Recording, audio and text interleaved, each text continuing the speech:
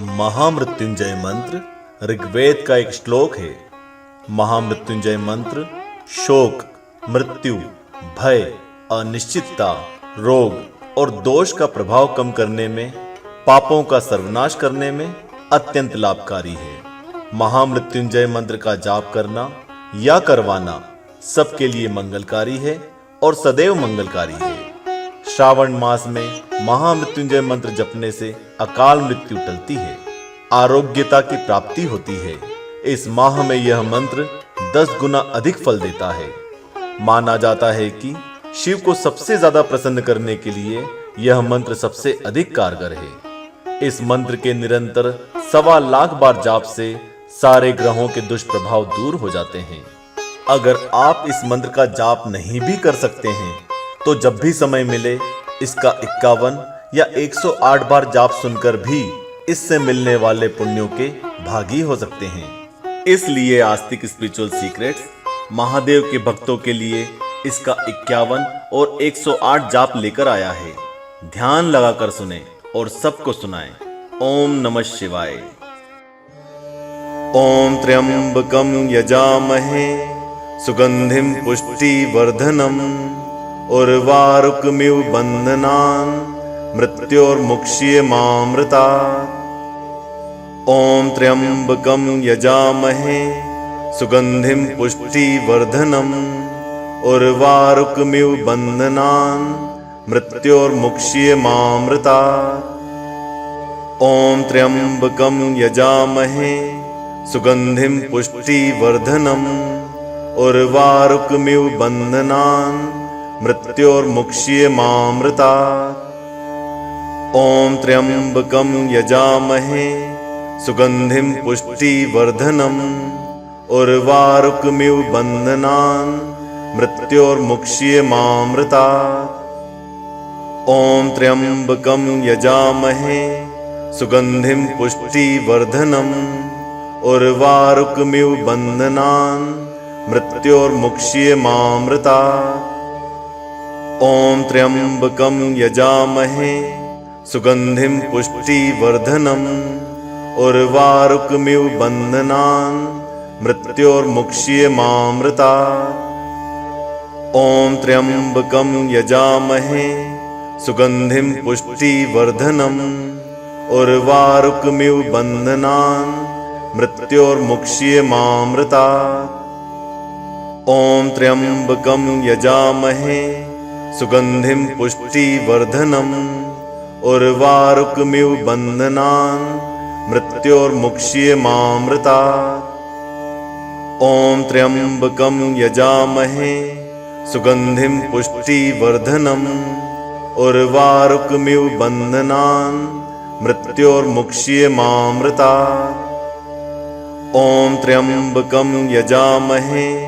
सुगंधिं पुष्टिवर्धनम् उर्वारुकमिव बन्धनान् मृत्योर्मुक्ष्यमामृतात्। ओम त्र्यंबकं यजामहे सुगंधिं पुष्टिवर्धनम् उर्वारुकमिव बन्धनान् मृत्योर्मुक्ष्यमामृतात्। ओम त्र्यंबकं यजामहे सुगंधिं पुष्टिवर्धनम् उर्वारुकमिव बन्धनान् मृत्योर्मुक्ष्यमामृतात्। ओम त्र्यंबकं यजामहे सुगंधिं पुष्टिवर्धनम् उर्वारुकमिव बन्धनान् मृत्योर्मुक्ष्यमामृतात्। ओम त्र्यंबकं यजामहे सुगंधिं पुष्टिवर्धनम् उर्वारुकमिव बन्धनान् मृत्योर्मुक्ष्यमामृतात्। ओम त्र्यंबकं यजामहे सुगंधिं पुष्टिवर्धनम् उर्वारुकमिव बन्धनान् मृत्योर्मुक्ष्यमामृतात्। ओम त्र्यंबकं यजामहे सुगंधिं पुष्टिवर्धनम् उर्वारुकमिव बन्धनान् मृत्योर्मुक्ष्यमामृतात्। ओम त्र्यंबकं यजामहे सुगंधिं पुष्टिवर्धनम् उर्वारुकमिव बन्धनान् मृत्योर्मुक्ष्यमामृतात्। ओम त्र्यंबकं यजामहे सुगंधिं पुष्टिवर्धनम् उर्वारुकमिव बन्धनान् मृत्योर्मुक्ष्येमामृतात्। ॐ त्र्यम्बकं यजामहे सुगन्धिं पुष्टिवर्धनम् उर्वारुकमिव बन्धनान् मृत्योर्मुक्ष्येमामृतात्। ॐ त्र्यम्बकं यजामहे सुगन्धिं पुष्टिवर्धनम् उर्वारुकमिव बन्धनान् मृत्योर्मुक्ष्येमामृतात्। ॐ त्र्यम्बकं यजामहे सुगन्धिं पुष्टिवर्धनम् उर्वारुकमिव बन्धनान् मृत्योर्मुक्ष्येमामृतात्। ॐ त्र्यम्बकं यजामहे सुगन्धिं पुष्टिवर्धनम् उर्वारुकमिव बन्धनान् मृत्योर्मुक्ष्येमामृतात्। ॐ त्र्यम्बकं यजामहे सुगन्धिं पुष्टिवर्धनम् उर्वारुकमिव बन्धनान् मृत्योर्मुक्ष्येमामृतात्। ॐ त्र्यम्बकं यजामहे सुगन्धिं पुष्टिवर्धनम् उर्वारुकमिव बन्धनान् मृत्योर्मुक्ष्येमामृतात्। ॐ त्र्यम्बकं यजामहे सुगन्धिं पुष्टिवर्धनम् उर्वारुकमिव बन्धनान् मृत्योर्मुक्ष्येमामृतात्। ॐ त्र्यम्बकं यजामहे सुगन्धिं पुष्टिवर्धनम् उर्वारुकमिव बन्धनान् मृत्योर्मुक्ष्येमामृतात्। ॐ त्र्यम्बकं यजामहे सुगन्धिं पुष्टिवर्धनम् उर्वारुकमिव बन्धनान् मृत्योर्मुक्ष्येमामृतात्। ॐ त्र्यम्बकं यजामहे सुगन्धिं पुष्टिवर्धनम् उर्वारुकमिव बन्धनान् मृत्योर्मुक्ष्येमामृतात्। ॐ त्र्यम्बकं यजामहे सुगन्धिं पुष्टिवर्धनम् उर्वारुकमिव बन्धनान् मृत्योर्मुक्ष्येमामृतात्। ॐ त्र्यम्बकं यजामहे सुगन्धिं पुष्टिवर्धनम्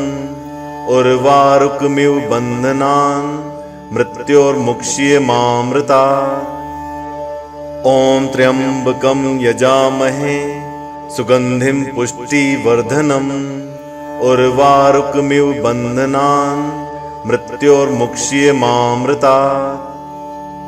ॐ त्र्यम्बकं यजामहे सुगन्धिं पुष्टिवर्धनम् उर्वारुकमिव बन्धनान् मृत्योर्मुक्ष्येमामृतात्। ॐ त्र्यम्बकं यजामहे सुगन्धिं पुष्टिवर्धनम् उर्वारुकमिव बन्धनान् मृत्योर्मुक्ष्येमामृतात्। ॐ त्र्यम्बकं यजामहे सुगन्धिं पुष्टिवर्धनम् उर्वारुकमिव बन्धनान् मृत्योर्मुक्ष्येमामृतात्। ॐ त्र्यम्बकं यजामहे सुगन्धिं पुष्टिवर्धनम् उर्वारुकमिव बन्धनान् मृत्योर्मुक्ष्येमामृतात्। ॐ त्र्यम्बकं यजामहे सुगन्धिं पुष्टिवर्धनम् उर्वारुकमिव बन्धनान् मृत्योर्मुक्ष्येमामृतात्। ॐ त्र्यम्बकं यजामहे सुगन्धिं पुष्टिवर्धनम् उर्वारुकमिव बन्धनान् मृत्योर्मुक्ष्येमामृतात्। ॐ त्र्यम्बकं यजामहे सुगन्धिं पुष्टिवर्धनम् उर्वारुकमिव बन्धनान् मृत्योर्मुक्ष्येमामृतात्। ॐ त्र्यम्बकं यजामहे सुगन्धिं पुष्टिवर्धनम् उर्वारुकमिव बन्धनान् मृत्योर्मुक्ष्येमामृतात्। ॐ त्र्यम्बकं यजामहे सुगन्धिं पुष्टिवर्धनम् उर्वारुकमिव बन्धनान् मृत्योर्मुक्ष्येमामृतात्। ॐ त्र्यम्बकं यजामहे सुगन्धिं पुष्टिवर्धनम् उर्वारुकमिव बन्धनान् मृत्योर्मुक्ष्येमामृतात्। ॐ त्र्यम्बकं यजामहे सुगन्धिं पुष्टिवर्धनम् उर्वारुकमिव बन्धनान् मृत्योर्मुक्ष्यमामृतात्। ॐ त्र्यम्बकं यजामहे सुगन्धिं पुष्टिवर्धनम् उर्वारुकमिव बन्धनान् मृत्योर्मुक्ष्यमामृतात्। ॐ त्र्यम्बकं यजामहे सुगन्धिं पुष्टिवर्धनम् उर्वारुकमिव बन्धनान् मृत्योर्मुक्ष्यमामृतात्। ॐ त्र्यम्बकं यजामहे सुगन्धिं पुष्टिवर्धनम् उर्वारुकमिव बन्धनान् मृत्योर्मुक्ष्यमामृतात्। ॐ त्र्यम्बकं यजामहे सुगन्धिं पुष्टिवर्धनम् उर्वारुकमिव बन्धनान् मृत्योर्मुक्ष्यमामृतात्। ॐ त्र्यम्बकं यजामहे सुगन्धिं पुष्टिवर्धनम् उर्वारुकमिव बन्धनान् मृत्योर्मुक्ष्यमामृतात्। ॐ त्र्यम्बकं यजामहे सुगन्धिं पुष्टिवर्धनम् उर्वारुकमिव बन्धनान् मृत्योर्मुक्ष्यमामृतात्। ॐ त्र्यम्बकं यजामहे सुगन्धिं पुष्टिवर्धनम् उर्वारुकमिव बन्धनान् मृत्योर्मुक्ष्यमामृतात्। ॐ त्र्यम्बकं यजामहे सुगन्धिं पुष्टिवर्धनम् उर्वारुकमिव बन्धनान् मृत्योर्मुक्ष्यमामृतात्। ॐ त्र्यम्बकं यजामहे सुगन्धिं पुष्टिवर्धनम् उर्वारुकमिव बन्धनान् मृत्योर्मुक्ष्यमामृतात्। ॐ त्र्यम्बकं यजामहे सुगन्धिं पुष्टिवर्धनम् उर्वारुकमिव बन्धनान् मृत्योर्मुक्ष्यमामृतात्। ॐ त्र्यम्बकं यजामहे सुगन्धिं पुष्टिवर्धनम् उर्वारुकमिव बन्धनान्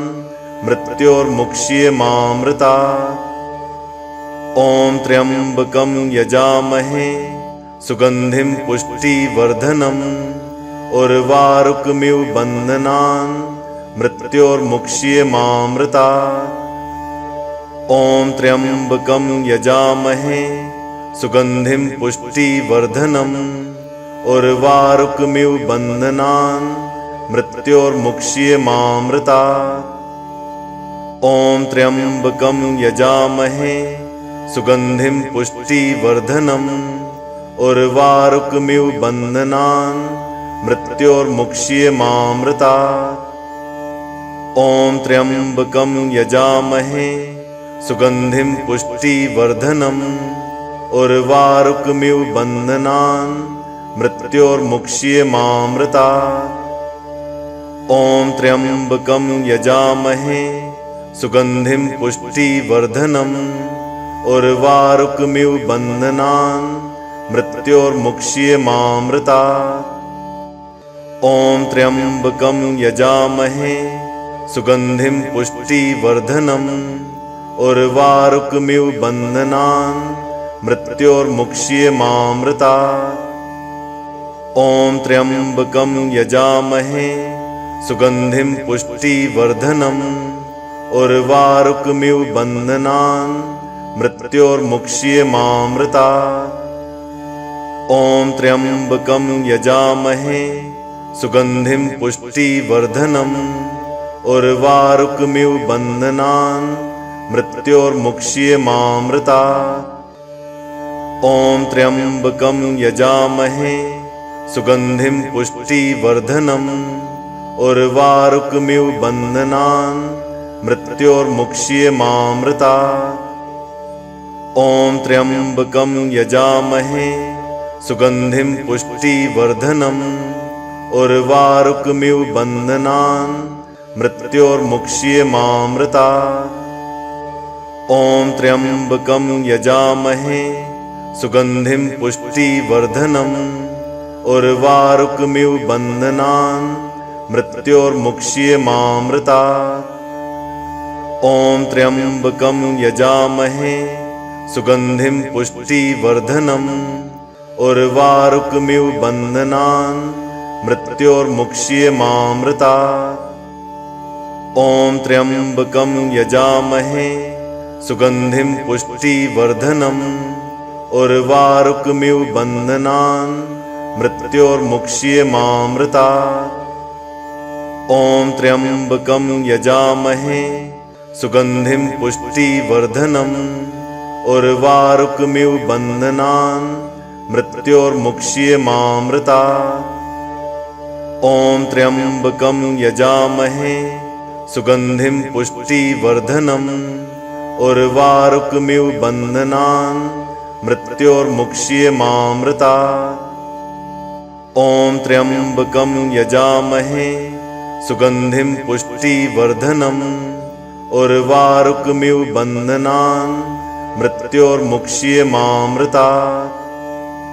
ॐ त्र्यम्बकं यजामहे सुगन्धिं पुष्टिवर्धनम् उर्वारुकमिव बन्धनान् मृत्योर्मुक्ष्यमामृतात्। ॐ त्र्यम्बकं यजामहे सुगन्धिं पुष्टिवर्धनम् उर्वारुकमिव बन्धनान् मृत्योर्मुक्ष्यमामृतात्। ॐ त्र्यम्बकं यजामहे सुगन्धिं पुष्टिवर्धनम् उर्वारुकमिव बन्धनान् मृत्योर्मुक्ष्यमामृतात्। ॐ त्र्यम्बकं यजामहे सुगन्धिं पुष्टिवर्धनम् उर्वारुकमिव बन्धनान् मृत्योर्मुक्ष्यमामृतात्। ॐ त्र्यम्बकं यजामहे सुगन्धिं पुष्टिवर्धनम् उर्वारुकमिव बन्धनान् मृत्योर्मुक्ष्यमामृतात्। ॐ त्र्यम्बकं यजामहे सुगन्धिं पुष्टिवर्धनम् उर्वारुकमिव बन्धनान् मृत्योर्मुक्ष्यमामृतात्। ॐ त्र्यम्बकं यजामहे सुगन्धिं पुष्टिवर्धनम् उर्वारुकमिव बन्धनान् मृत्योर्मुक्ष्यमामृतात्। ॐ त्र्यम्बकं यजामहे सुगन्धिं पुष्टिवर्धनम् उर्वारुकमिव बन्धनान् मृत्योर्मुक्ष्यमामृतात्। ॐ त्र्यम्बकं यजामहे सुगन्धिं पुष्टिवर्धनम् उर्वारुकमिव बन्धनान् मृत्योर्मुक्ष्यमामृतात्। ॐ त्र्यम्बकं यजामहे सुगन्धिं पुष्टिवर्धनम् उर्वारुकमिव बन्धनान् मृत्योर्मुक्ष्यमामृतात्। ॐ त्र्यम्बकं यजामहे सुगन्धिं पुष्टिवर्धनम् उर्वारुकमिव बन्धनान् मृत्योर्मुक्ष्यमामृतात्। ॐ त्र्यम्बकं यजामहे सुगन्धिं पुष्टिवर्धनम् उर्वारुकमिव बन्धनान् मृत्योर्मुक्ष्यमामृतात्। ॐ त्र्यम्बकं यजामहे सुगन्धिं पुष्टिवर्धनम् उर्वारुकमिव बन्धनान् मृत्योर्मुक्ष्यमामृतात्। ॐ त्र्यम्बकं यजामहे सुगन्धिं पुष्टिवर्धनम् उर्वारुकमिव बन्धनान् मृत्योर्मुक्ष्यमामृतात्। ॐ त्र्यम्बकं यजामहे सुगन्धिं पुष्टिवर्धनम् उर्वारुकमिव बन्धनान् मृत्योर्मुक्ष्यमामृतात्। ॐ त्र्यम्बकं यजामहे सुगन्धिं पुष्टिवर्धनम् उर्वारुकमिव बन्धनान् मृत्योर्मुक्ष्यमामृतात्। ॐ त्र्यम्बकं यजामहे सुगन्धिं पुष्टिवर्धनम् उर्वारुकमिव बन्धनान् मृत्योर्मुक्ष्यमामृतात्। ॐ त्र्यम्बकं यजामहे सुगन्धिं पुष्टिवर्धनम् उर्वारुकमिव बन्धनान् मृत्योर्मुक्ष्यमामृतात्। ॐ त्र्यम्बकं यजामहे सुगन्धिं पुष्टिवर्धनम् उर्वारुकमिव बन्धनान् मृत्योर्मुक्ष्यमामृतात्। ॐ त्र्यम्बकं यजामहे सुगन्धिं पुष्टिवर्धनम् उर्वारुकमिव बन्धनान् मृत्योर्मुक्ष्यमामृतात्। ॐ त्र्यम्बकं यजामहे सुगन्धिं पुष्टिवर्धनम् उर्वारुकमिव बन्धनान् मृत्योर्मुक्ष्यमामृतात्। ॐ त्र्यम्बकं यजामहे सुगन्धिं पुष्टिवर्धनम् उर्वारुकमिव बन्धनान् मृत्योर्मुक्ष्यमामृतात्। ॐ त्र्यम्बकं यजामहे सुगन्धिं पुष्टिवर्धनम् उर्वारुकमिव बन्धनान् मृत्योर्मुक्ष्यमामृतात्। ॐ त्र्यम्बकं यजामहे सुगन्धिं पुष्टिवर्धनम् उर्वारुकमिव बन्धनान् मृत्योर्मुक्ष्यमामृतात्। ॐ त्र्यम्बकं यजामहे सुगन्धिं पुष्टिवर्धनम् उर्वारुकमिव बन्धनान् मृत्योर्मुक्ष्यमामृतात्। ॐ त्र्यम्बकं यजामहे सुगन्धिं पुष्टिवर्धनम् उर्वारुकमिव बन्धनान् मृत्योर्मुक्ष्यमामृतात्। ॐ त्र्यम्बकं यजामहे सुगन्धिं पुष्टिवर्धनम् उर्वारुकमिव बन्धनान् मृत्योर्मुक्ष्यमामृतात्। ॐ त्र्यम्बकं यजामहे सुगन्धिं पुष्टिवर्धनम् उर्वारुकमिव बन्धनान् मृत्योर्मुक्ष्यमामृतात्। ॐ त्र्यम्बकं यजामहे सुगन्धिं पुष्टिवर्धनम् उर्वारुकमिव बन्धनान्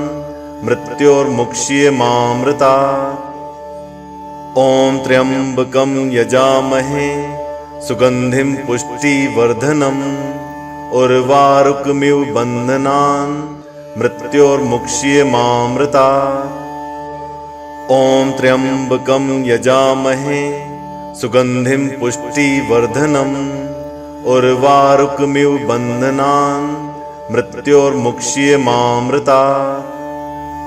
ॐ त्र्यम्बकं यजामहे सुगन्धिं पुष्टिवर्धनम् उर्वारुकमिव बन्धनान् मृत्योर्मुक्ष्यमामृतात्।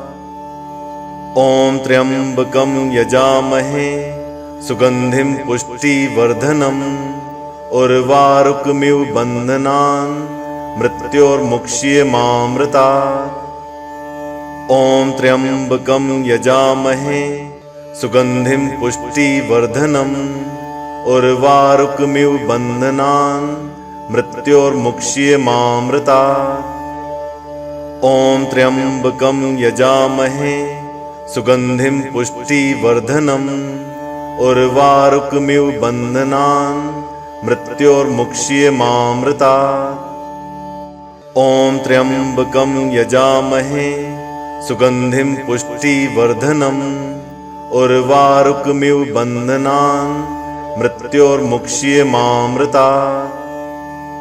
ॐ त्र्यम्बकं यजामहे सुगन्धिं पुष्टिवर्धनम् उर्वारुकमिव बन्धनान् मृत्योर्मुक्ष्यमामृतात्।